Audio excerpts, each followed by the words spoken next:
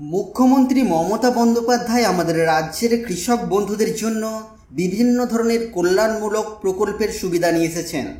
এবার কৃষকরা যাতে খুব সহজেই তাদের উৎপন্ন ফসল বা ধান বিক্রয় করতে পারে তার জন্য বড় পদক্ষেপ নিতে চলেছে রাজ্য সরকার।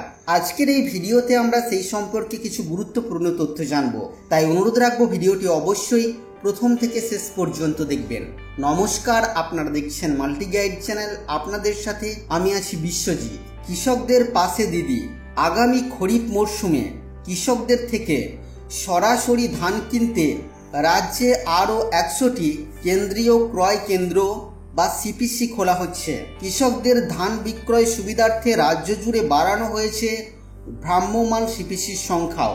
তো বন্ধুরা, আশা করি আপনারা বুঝতে পারলেন যে সমস্ত কৃষক বন্ধুরা সরকারি ধান ক্রয় কেন্দ্রে নিজেদের উৎপন্ন ফসল বিক্রয় করেন তাদের জন্য বড় সুখবর, কারণ আগামী খরিফ মরশুম থেকে আরও 100টি কেন্দ্রীয় ধান ক্রয় কেন্দ্র কিন্তু স্থাপন হতে চলেছে আমাদের এই রাজ্যে।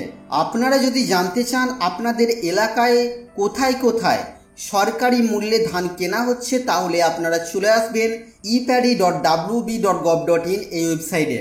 আসার পর আপনারা লোকেট ইওর পারচেস সেন্টার এই অপশানে আপনারা ক্লিক করবেন এবং এখান থেকে আপনাদের ডিস্ট্রিক্ট এবং তারপরে এখান থেকে ব্লক সিলেক্ট করে আপনারা সার্চ অপশানের উপরে ক্লিক করবেন।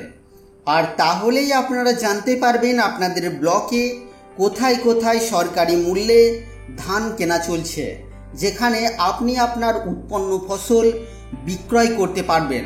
তো বন্ধুরা, এই ছিল আজকের এই ভিডিও আপনাদের জন্য। আশা করছি ভিডিও আপনাদের কাছে তথ্যমূলক। ভিডিওটি ভালো লাগলে অবশ্যই লাইক করবেন, শেয়ার করে আপনার সকল বন্ধুদেরকে জানতে সাহায্য করবেন।